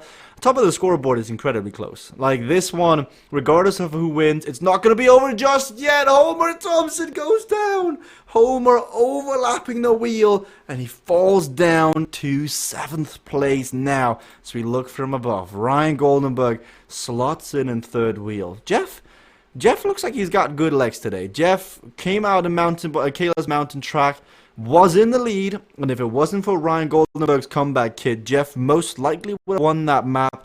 I think Jeff wants more in this one, as Jeff pushes again on the front. Ryan and Beth making up 3rd and 4th. Quinten in 2nd here. This is it. Last ascent coming up. They're about 100 meters away here from the beginning of the climb, as you look on Quinten Molyneux here at 183. Pushing on through. Ryan Goldenberg, 700 equalized watts. Luis Sobranese having to use his supers just to get back on terms here, as we can see. Ryan Goldenberg pushing on through. Luis with his supers has closed down the gap a tiny bit, but it'll most likely go out against Quinten Molyneux. Accelerates. Jeff Rooney comes on through. Beth York, Ryan Goldenberg, they go here now as they all use their supers. Beth York, wind at her back, weight lifted to counter that of Quinten Molyneux. She pushes on through here. She does not, however, though, have her heart rate strap connected here. That is something that is required by the rules. So she may be looking at reprimanding after this race. Will race us always through, but heart rate strap does not seem to be connected for Beth York as they make it back. The one casualty, though, is Jeff Rooney. The Jeff Meister has been distanced by 5 seconds down here, and the front 3 turned down to 2 now. Maybe 3 Quinten gets back in, but 1 kilometer is all that remains. We're on the descent. Beth York here, the glitter queen, is pushing the tempo. Nobody is closing this down. She's got an open gap here, and if she opts to just push on the pace a tiny bit, you may see Ryan, you may see Quinten gone. Ryan realizes this. He goes in now. You got 1, 1, 1, all not exactly in their drafts. Jeff forced to use a wind at his back, but he's out of this as Ryan gets on terms here with Beth, and Quinten goes once more with weight lifted and wind at his back. Quantum shift, not caring about the blocks here as he comes on through. He pushes on through. What's the reaction from the 2 riders behind? Beth York with wind at her back and weight lifted as well. Same for Ryan. Uncrashable for Beth. What about Ryan? Ryan doesn't even need to use the uncrashable. He comes just on through as it's Ryan, Beth, it's Quinton. It's a 3-up finale here. 1 second to the front. 2 seconds, 3 seconds. Quinton Molyneux is going to take the win here, bearing any last second supers. Ryan pushes up here on the outside. He tries. He's coming on up. It's just on the line, and Quinton Molyneux takes the victory on that one. Further back, Jeff Rooney will come across the line in 4th. Vibeke Bertram in 5th. Ben Shuilong in 6th. Alison Kubota. Actually, there's a fight here once more. Ben versus Alison. Alison is closing. It is deja vu. This is just like Soke, and Ben goes for the block. And he just gets Alison to divert from her line enough to save it. Homer Thompson, 1 crash away from the top. 7th is great here, but that 1 crash he'll be wishing he can take back. Stefan pushing his boundaries. 202. Fantastic effort, Stefan. Keep pushing on. And then on the flip side, we've got Timothy Dumont. Let's go to Lakeview Lanes, our 3rd event here of the day. Quinton Molyneux is coming across the line. We'll go and chat with Quinton as we get ready for Lakeview Lanes. Quinton, good race there, taking the win. It got spicy towards the end. How does that win feel? Horrible. Horrible. That's definitely the 3rd Omnium for me today. I can feel that. So I'm very scared of this one. This is going to be a long sufferfest of 7 kilometers. Long suffer. Well, we'll see Quinton on this one. Currently second. Sorry, actually tied for first. Good luck in this one, Quinton. I'll let you catch your breath. Coming across the line second in the last one, Ryan Goldenberg. Now, sorry, coming across the line third as Beth came across the line second. Right now, Ryan, that top 3, 1 point between you, Quinton, and Beth. It's looking to shape up to be a good Omnium. Oh man, I thought I had Beth. Maybe I looked at the finish result wrong, but yeah, that was a hard finish. And to be frank, I got lucky not using my Uncrashable. Again, like I said, I had gone into it thinking it was an ability, and I didn't even look to press the super. I slowed down a little bit when I realized I was going too fast, and Beth and Quinton hit theirs. But yeah, I was on the outside lane, and then I went for it at the end. It looks like Beth got me. But yeah, if you notice before I'm wearing, I had a choice of kits today. You know, I could have worn Velocity to match. I've got the CVR World Cup T-shirt as well. Very green because it's St. Patrick's Day, and I guess avoiding that crash, luck was on my side. I think we should issue you a challenge one time for an Omnium ride or race. Can you find 4 matching kits for 4 events in one Omnium? That would be the challenge to change in between. If you give me 4 times the bonus points, I'll do it for sure. I will give you 4 times the Jesper points. That sounds like a fair assessment. Okay, I'll take it. Ryan, good luck here in the next race. Lakeview Lanes coming up. It is incredibly close here at the top. 76 points for Ryan, 76 points for Quinton, 75 points for Beth. We've got 3 laps of Lakeview Lanes, a 4-kilometer-an-hour wind blowing out on the map. You've got to dodge the dividers. You've got to dodge the obstacles. You have got 1 wind at your back, 1 underdog, and 1 corner caper to use in this one. How will they use it? We'll have to wait and see. Somebody who seemed to be struggling a tiny bit in the last race, who may be feeling the inclines, Ben Shuilong, sits in 6th here. Only 21 points behind here, Ben. What happened for you in that last race? I thought it was going to be a hard race. Yeah, it was tough. You know, I'm tired, and it just turned into sort of damage limitation. Just trying to claw back maybe 1 place and not lose to whoever was behind me. So I managed to go past Luis and not lose to Alison. So yeah, not a great position to be in, but with these 2 high-scoring races coming up, who knows, maybe I can get back into the sort of top 5 or something, maybe top 4. Let's see how it goes. Anything can happen. I remember seeing you this morning on this map looking quite confident, looking quite strong. So if you can find that inner send once again, Ben, maybe if you don't crash this time, you may have a good result and move into the top 5. Good luck, Ben. Shui Long here in the next race. Homer Thompson said he wanted to give it a go in the last one. You did do so, Homer, but man, that one crash, like, my heart just went out for you. Oh no, don't feel bad for me because that was not part of the plan. I can see that. I can really see that everybody was kind of tired, and I wanted to give everybody a chance. I crashed, and what happens? I just didn't get back on. So, that's the way it goes, right? I mean, Saint Homer Thompson the first. I think we've all found somebody. I mean, your grace knows no boundaries, Homer. I remember we wrote this together yesterday, and like, you were strong, and I think, this one, are you gonna give grace to everybody else, or are we gonna see, the almighty Homer?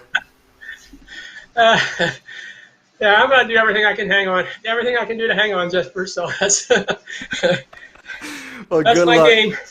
Try to hang on. I like it, Homer. Good luck here in the next race. 40 seconds to go. The Homer has spoken. 7 kilometers of racing. This has been excellent so far. The scoreboard will start to settle out a tiny bit, but we've got Electric Fidget up at last. 2.5 times scoring multiplier. That will be a great finale here for Zone L. We do also have more racing later on tonight for Zone T. It'll be Aaron Starlin standing here in my spot. Now, Aaron, as we got 20 seconds to go, has started a competition that you may want to participate in. A controller speed running per map competition. This week the map is Electric Rush. If you want to see if you can take on the best and you want to ride in something community based, you can ride on that. Electric Rush is the map. Read more about it in the CVRcade Riders community. So you push on through here. That competition is currently going on and lasting until Friday. As there, I just noticed though, Casey Shum in the previous zone mentioned that once you come back from that ghost ability, Stefan goes down once more. Once you come back, you notice that little bit of whiplash, and that's something that Casey, you should say, gave a free tip and said you should maybe look to avoid that. And just there, you could see how drastic that whiplash actually is once you come back from being ghosted. 6.6 kilometers of racing, so 400 meters is down. Jeff has taken up the front. Louise Sober Anise on the inside, then Homer Thompson, then Vibeke Bertram, Beth York. And with this racing, Jeff Rooney finds himself in the lead here. So not one of the top 3 riders all within 1 point, but here anything can change on Lake View lanes as we see riders slowly starting to settle out here. So the fatigue really starting to hit in here for some in their third Omnium, their second Omnium of the day. We see Ben Shui Long sitting back here trying to get into the draft, and as he does, the wind changes direction. So the second you get in to that headwind, suddenly that becomes a crosswind, and that's why you see him move one over to try and get on the wheel of Vibeke Bertram. Homer playing with the idea of going all the way across to the left, but opting not to. So 7 riders are making up the front here, and it is Vibeke Bertram, Ryan Goldenberg, Ben Shuilong, Beth York, Homer Thompson, Jeff Rooney, and Louise Sober Anise as the riders start to settle down into the groups out on the road. You can see their equalized heart rates are currently between 166 for Ben and 179 from Homer. So they're going hard, but they're just in the beginning stages. They haven't had to really reach the top end of their reserves just yet as they push on through. The wind, though, is blowing a gale here. You've got to be in the wind. You can see Beth York sitting at the front here, the Glitter Queen, sitting comfortably by the side of Louise Sober Anise here, getting that draft. She commentated Sony earlier this morning, so she's had the advantage of talking through a race, seeing the race, and then it's Homer once more. Homer goes down once more, so clearly deeming that his powers are too vast and that everybody else, 5 kilometers here, it wouldn't be fair to the rest of them if Homer opted to be in the ride with him as he uses wind at his back here just to mitigate some of the damages of that crash. So we see on through. See you later, Badger. Thanks for tuning in to the stream today. Mutt KG is here. DK Mansuni. Got Sushi Salmon also here. We got Capone Gaming Fuego earlier. Thank you so much. If you're still watching, do say hello in the chat. It's been a busy day, guys. It's been good racing. Hasn't been much of a chance to interact with the chat, as the racing on the front has been really, really exciting non-stop. As we see the first lap coming to a conclusion. Again, a reminder, 1 wind at your back, 1 underdog, and 1 corner caper are the supers that are available here. How are you going to use them? Well, we're going to have to wait and see. As the 5 riders make up the front group here. Jeff Rooney, Beth York, Vibeke Bertram, Ben Shuilong. Who is going to go when? They go across the road here as the obstacles in the road. You see Ryan there slamming on the brakes. Not quite sure where to go left or to go right. As we see pushing on through. As it is Ben Shuilong now, wanting a better result. He did really well earlier this morning in Zone E, and he looks, if you look at his face, if you look at his equalized heart rate, 165, looks like he's relatively in control currently, feeling like he knows what's about to happen, and he rides on through here as he sits just side by side with Beth York currently. About to reach the halfway point. 3.5 kilometers to go will be that halfway point. As the 4 riders have starting to shell the 5th. Vibeke Bertram here in 5th, just losing the draft. The Great Dane here, the beast, having to up the equalized watts to get back on terms and get the drafting back in as she moves on over here. Now you see everybody pushing on through again as they get on each side of the road. Ryan Goldenberg, Beth York, and ooh, Ben thinks about going right, then he opts of going left there. That could very well have ended in disaster for our Brit there, but nope, he stays upright. He just saves the decision last second. But coming into this race, it was Quinton Molinese, Beth York, and Ryan Goldenberg within 1 point at the top. Now we're seeing as Beth York is taking the lead. She is 17 points in the lead here of Ryan Goldenberg. And then another 21 points down to Jeff Rooney and 28 down to Ben Shuilong. So points definitely on offer, and you want to win this one. But you also, in the back of your mind, you're thinking about Electric Fidget. It's a map that requires a bunch of accelerations. It's a 2.5 scoring multiplier. And realistically, to win this Omnium, you need to win Lakeview Lanes and you need to win Electric Fidget. And they all know it. That's why you can kind of feel the nerves. You can kind of feel the tension in the air here. Nobody wants to fall down. Nobody wants to be the first one to draw their pistol either. They want to be the second. They want to be there. They want to close it down, then go. But it looks like the Great Dane, Vibeke Bertram, may be gone for good for this front 5. That's now down to front 4, as her gap seems to be increasing 3-4 seconds. She's going further back as she falls down the rankings. So 5 becomes 4. Jeff Rooney, Beth York, Ryan Goldenberg, and Ben Shuilong. But now Ben's got to be careful as well, as he starts to lose the draft. But looking across the equalized heart rates, Beth is the highest here at 183. You got Ryan, you got Jeff as Ben takes a swig of his bottle, and he's down here 170. Vibeke Bertram now using a wind at her back, so you only have 1 wind at your back. She changes that wind to a tailwind, and she now tries to get back on. She's got an engine on her. She can fight on through, she can go hard, but can she get back on terms with the front 4? Last lap, ring the bells everybody. You know the rules, and so do I. So let's see who's gonna be victorious come the end of this. There goes Ryan. Ryan on the front. This time not braking, accelerating into the turn here, pushing on through. I see you, DK. Thank you so much for saying hi. Here we go. The attacks have started as we push on through. Ryan Goldenberg with wind at his back is creating separation here, and Mr. Goldenberg from Canada had his maple syrup. He's ready. He's going now. And Beth York, 5 seconds, 6 seconds. This could be it, ladies and gentlemen. This could very well be it. Nobody seems to be responsive just yet. Ben tries. But is it too little too late? He is already 6 seconds up the road now. And corner caber gets used from Ben. It is all in now. He pushes the chips in. He's ready to say read 'em and weep. But who will be the one doing the weeping here? Ben, 3 seconds down, 1.4 kilometers. Every single point on offer is vital for every single rider out on the map. Ben stands up once more as he tries to close down the gap. 3 seconds. Ryan is increasing it now at the scoreboard. He's at 1:36. 15 points ahead of Beth York. Now, Beth has not used her wind at her back. She's not used her corner caper. She's not used her underdog, I believe. So she should be in a good situation here to catch back up to Ben and salvage some of those points. But the indecisiveness from the chasing group as Ryan Goldenberg attacked could be the doom, could be the fall for them all here, as the Canadian winner of the first race looks to be perhaps the winner of the third race. But 4 seconds. Ben Shuilong wants a say in the matter. Jeff Rooney, the Jeff Meister, wants a say in the matter here, who is 3 seconds down and closing in quickly. 700 meters.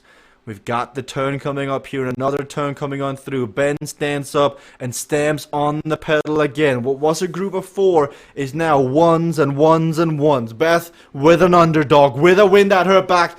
This is the last ditch effort. The Glitter Queen with the tailwind going 10 kilometers an hour quicker than Ryan Goldenberg. But is it too little too late? She passes Jeff Rooney here now with a corner caber in this corner that she may could have saved for the last one, but she uses it here to catch up. Ben Shuilong knows that there's danger, and so does Ryan Goldenberg. 2 seconds. Look at the speed. Top left-hand corner. It's a slugfest. Ryan Goldenberg will come across the line and take the victory here on Lakeview Lanes. But Ben Shuilong versus Beth York. Final corner. Ben will be second across the line. Beth third, then Jeff, Homer Thompson. Great push to get back on and salvage some points here on Lakeview Lanes. Catching up with Vibeke Bertram, who was one of the first. And look at the effort that took out of Homer. Sounds like a Mountain Dew is well in order for Homer Thompson. As just off camera we see him flick one. Luis Sobranis next. And Stefan again at 200 equalized heart rate.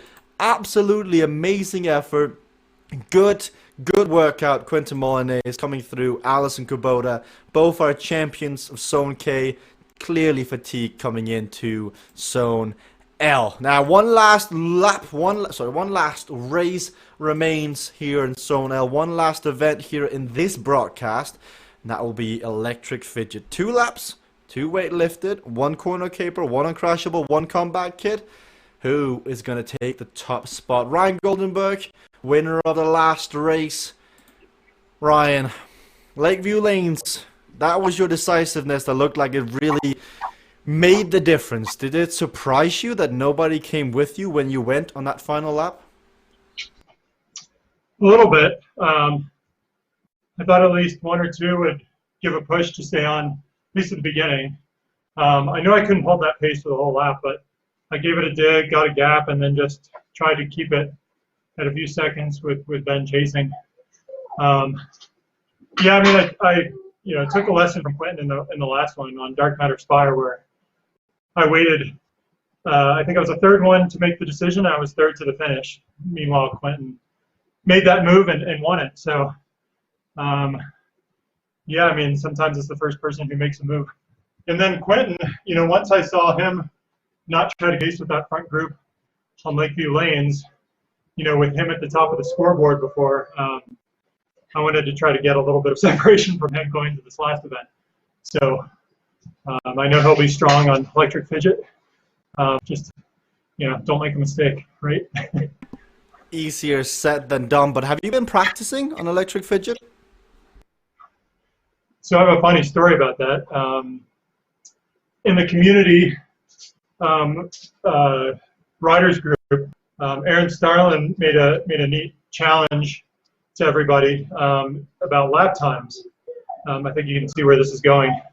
Now, I'm not a regular controller player, so I thought I would just try to get one of the top lap times physically. Of course, instead of reading Electric Rush, which is the map of the week, I read Electric Fidget. So I was like, oh, two birds with one stone. I'll practice the map, and I'll get the top lap time, or at least get on the leaderboard. So I was practicing this one yesterday. I think I got the best official time, but of course it doesn't matter for this week. So that is funny. Always do your due diligence, always read the fine print. But yeah, Ryan, that will come through now. I mean, there's no such thing as bad training, bad practice, bad homework. So good luck, Ryan. 15 points down to Beth York, then 26 points down to Jeff. And then we saw Ben in that last race, who was in like no man's land. Ben, you had Ryan on the front of you, you had Beth at the back of you. I mean, you were kind of being pulled in both directions. Yeah, it's always tough when you're in no man's land and you're just trying to close that gap, and when you make it, you're so tired, quite often you just immediately lose the wheel. But it worked out actually quite good. It was really tough trying to hold off Beth, and I can't remember who else was on my tail. That was much harder than I was hoping. I was hoping to save a bit for this race. But points are points. So despite spending a lot of energy, I got a good result. So I like this map. Just got to be super careful not to crash. Maybe see if I can improve my use of the power ups compared to what I did in Zone E. So I've got a couple of ideas. We'll see what happens. Now, a good result here, Ben, could put you as far as in the lead. Is it, empty the tank time, all or nothing? I hadn't realized that. Yeah, interesting. I like it. No, nothing gained, nothing shared from Ben. It's not like Homer, who's like, guys, sending you a fax, everybody. I'm going to attack on that last map. Speaking of Homer, I think we need to go chat with the main man, because Homer, how in the world did you get back and pass Vibeke in that last race? Luck, I guess. I don't know. Hadn't gone down. I could have maybe shown a lot better in that race, but I did, so we won't know now, will we? Well, the solution is this race coming up here, Homer. Electric Fidget. Are you ready? Yep. Give it all I got. All you've got. Homer Thompson, good luck in this last race of this double zone stream. Hope you've enjoyed the broadcast so far. As we see Stefan, we see Ben testing the corner speeds limit. This is the 2.5 scoring multiplier race, event 4 of the Omnium. You can see the scoring down there. You can see Ryan, Beth, Jeff, Ben, and Quentin. There is 30 points between first and fifth. Very much up in the balance here. A good result on this. 2 laps. Now you've seen how the supers can be used. Where to use Uncrashable, where to use Corner Caper. You heard the Swedish chef somewhat regret his decision making out there. Maybe somebody will be taking lessons as we go. We will see. Ben Shuilong here out of the UK pushes on through. Timothy Tamund also opting to race this one. It looks like the first race of the Omnium he is racing so far. He's out there. Jeff Rooney, Luis Sobranese, everybody sprinting out of the gun here. But Ryan Goldenberg has a comfortable lead at the top. But will it be enough come the end? As he currently sits in 9th. Again, this race, Stefan! 3rd consecutive race with the first kilometer, overlapping wheels with an opponent rider, falling on down. So, I guess that's what happens when you assemble your IKEA furniture and you come to the end and you're like, where does this screw go? It looks solid. After a month, they're like, Sorry, I hope Stefan has better luck coming on through. He's been pushing hard, he's been racing well. See if he can stay upright here. But Luis Sobranis and Jeff Rooney are pushing the pace on the front here. Timothy Tamont back in the racing here, as you can see him sitting fourth wheel. Luis slows down, Jeff slows down. Does Jeff slow down enough? He does. Timothy slows down, he comes through, doesn't crash like the last zone. And Beth York comes to a standstill as Homer falls down, unfortunately. So does Stefan, so does Allison.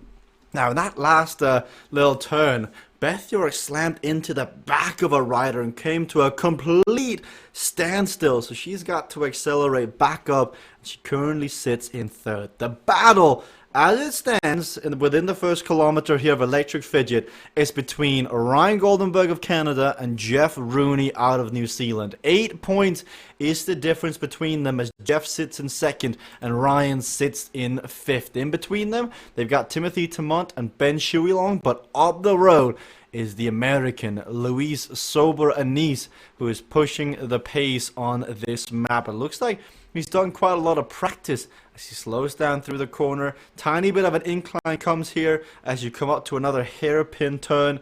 He's got Jeff just out of the image top left here as he pushes on the pace once more. Will he slow down in time? The answer is yes, as we see Jeff coming through 15, 16 kilometers an hour. Timothy too slows down. Ben Shuilong just on the edge there stays upright as well. So does Ryan, so does Quinton. This everybody's really been... Oh, Jeff crashes!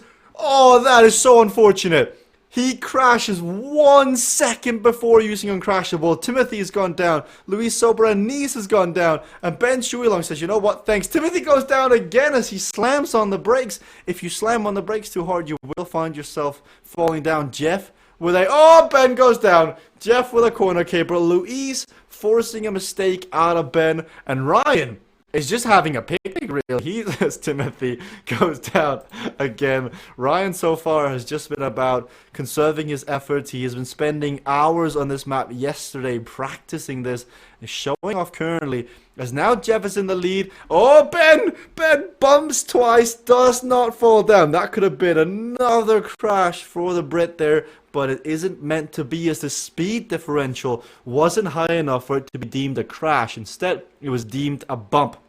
As we come through the tight corner once more, Luis in second. He's had his crash, but Jeff Rooney here is all in. He's used his corner caper. He really only has his Uncrashable left now as a crash avoidance. Actually, Jeff also used his Uncrashable, so he's got both his supers gone here. So he's knowing what he's up against. He just needs to ride this one hard. He needs a gap if he wants to take the victory, because currently he is 1.5 points ahead of Ryan Goldenberg. But for him to win, he needs to win the Omnium. But everybody can kind of smell blood here. Ben, twice just sliding out 2 lanes, but stays upright. Jeff has gone down. Jeff Rooney, our current leader, has overcooked the corner before Electric Fidget Hill. And now the hungry hands will be knocking on the door here as he comes through the spiral, comes through the turn. Louise goes down as well, and it'll be tough to recover. 3 riders are making up the quick chase. It's Ben Shuilong, it's Ryan Goldenberg, and Quinton Molyneux, the 3 riders just behind.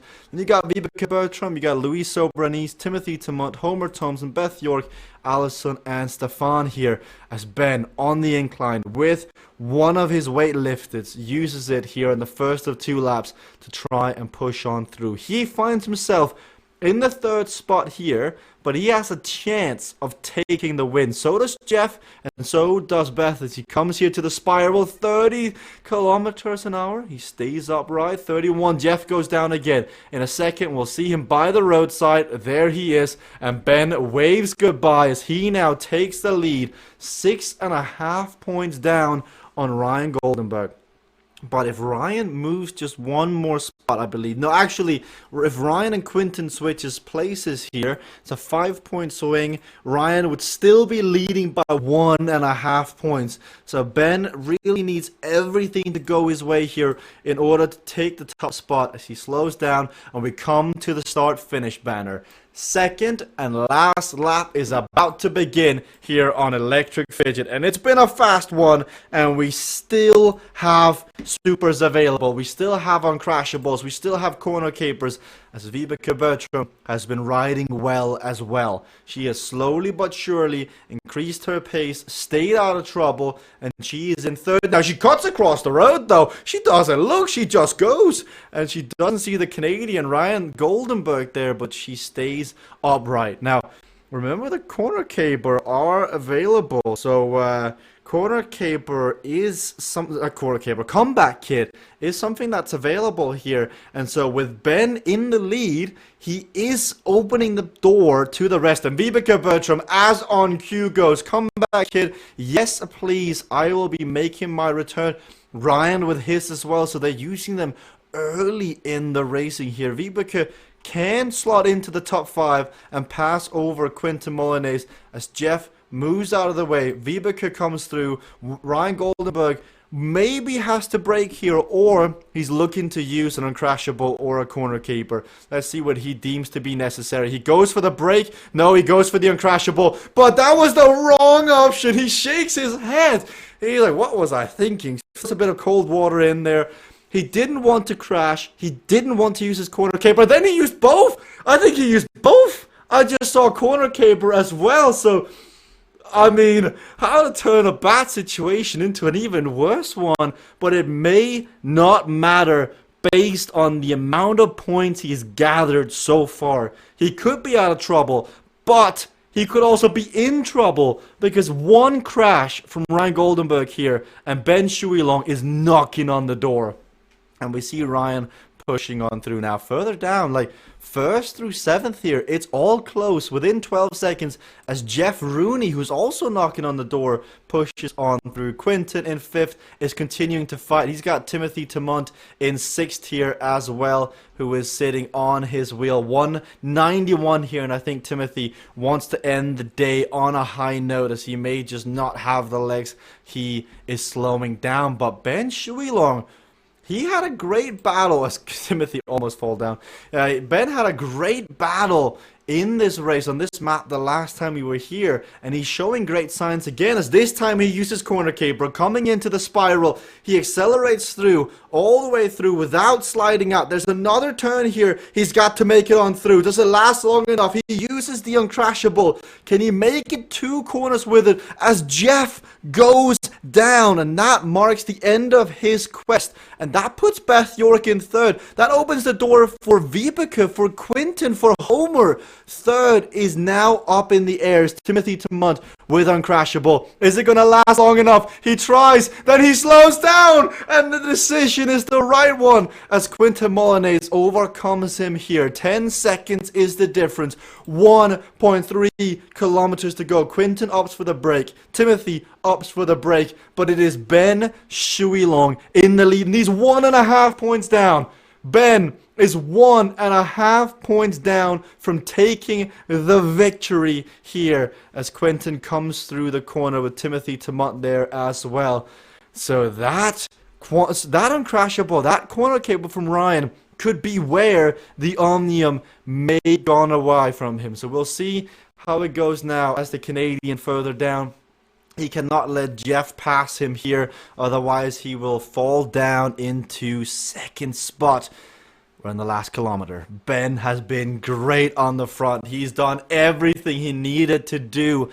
But will he be the bridesmaid once again? Like he was in Zone E. He looks like he's close. He smiles. He knows he's doing everything he can do in his power. He's got to be careful he doesn't slide out here as he's attacking on the incline. 700 meters. Still 1.5 points. Weightlifter gets used. Timothy is closing down on him here. The Belgian is only 7 seconds down. He uses weightlifted 2. Quinton uses weightlifted 2 as they're on the 7% inclines. And Jeff once more, the Jeff Meister, falls down. Beth sits in 4th. Jeff sits in 5th here. But the real fight for the overall is 1st and 2nd. But with Jeff crashing, it's going to be tough to see Ryan losing another 1.5 on this one. So the fight continues here, though. If if Vibeke gets back, I think Quinton falls down to 4th. We'll see. Timothy with a comeback kit, though. 300 meters to go. This is very last-ditch effort. 200 meters. He just open mouth, looks on the screen, gets all the air in he can possibly get, but he knows there's a corner coming up here. Has he saved his corner caper? Has he saved it? Ben goes down! Ben feels the pressure! And Timothy didn't even need anything. Ben feels the pressure. And if Quinton comes around Ben, I think Quinton goes into 2nd place. And then Ben uses a comeback kit. So that's out of the question. So Ben, bridesmaid in the Omnium, but also bridesmaid in the stage as Timothy Tamont takes it. Ryan with 11.5 points here can ride this one home. And he'll take in the victory here on Electric Fidget on the Omnium. Congratulations. Then, looking further down, Beth York will be 4th, Jeff Rooney will be 5th, Vibeke 6th, Homer 7th, and Louise Sobereneath in 8th. And we're going to just catch the finish here between Louise and Jeff, but it looks like Louise may have just had one too many crashes. He goes by the roadside and goes, I'm ready. So Homer Thompson is fighting on through, and in doing so here, we could have a thrilling finale here for the secondary positions. Homer is going to empty the tank here. He's going to give it everything. He stands up, he stamps on the pedals, but that final straight just isn't long enough. Homer Thompson, we applaud you. And on that note, that's all she wrote. Let's go and chat with Ryan Goldenberg as he has won the Omnium. Congratulations, Ryan. How do you feel? I'm feeling good. A little bit nervous. Ben was really there at the end, coming within a point and a half before that finish with Timothy. But yeah, I mean, as cautious as I took it the first lap, despite my bunkling of the power-ups of the supers, yeah, I took it even more cautious just to maintain that position. Jeff probably could have caught me. But yeah, when I said I was at the top of the official leaderboard for lap time, that was with no supers. I didn't practice the supers at all, as you could clearly tell. So if anything, it probably hurt me more than helped me at all, but that's okay. I'm obviously happy with how it turned out at the end. And I didn't crash like I said. So I'll take a mistake with supers over a mistake with crashing any day. Well, it was excellent racing, Ryan. The chat says congratulations, well done. Let's go and chat to Ben, who can be very, very proud of his efforts today. Zone E, Zone L. It's difficult to be competitive in one Omnium, let alone two. Ben, I have to ask you though, that last corner, like, how badly do you want to take that one back? Yeah, pretty badly.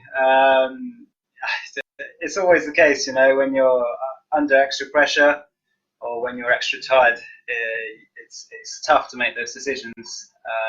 To get it right every time. So it probably didn't help having you telling me that someone was hot on my heels. Sorry. No, that's good. I don't think it would have made much difference, thankfully. So. But that's you're okay. flawless. Tim's a teammate. Like, that electric fidget was as good as I've ever seen, really. All the way through, no flaws. Except for that last corner. I mean, that's, 99% there, and then you crash once. I mean, I guess you got to come back for Zone T.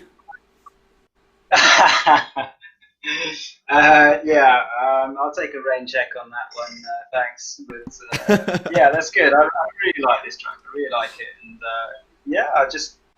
I don't know. I didn't seem to be go off the front very quickly at the start, but I just kept it steady and didn't crash. And next thing I knew, I was overtaking Jeff. Yeah. Well, once again, just goes to show, congratulations. First place Ryan, second place Ben. Great effort all the way down. Quinton was 3rd, Beth was 4th, Jeff 5th, Vibeke 6th, Homer 7th, Timothy 8th, and all the way down. Thank you so much for tuning in today. Thank you so much for racing. There'll be one more zone today, Zone T, in 7 hours. There'll be Zone T. Hope you all come back for more racing. Thank you to all the racers. Thank you to all the viewers.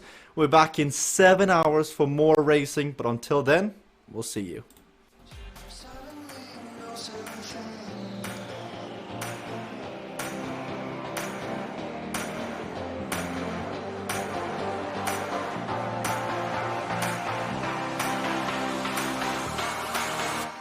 But no, Beth, your goes crashing down. Determination, the suffering, the ability to... And she's unleashed everything in this attack. See just how much that win means to him. All the marbles. Kayla versus Allison, and to the line. Kayla Laguna takes the victory.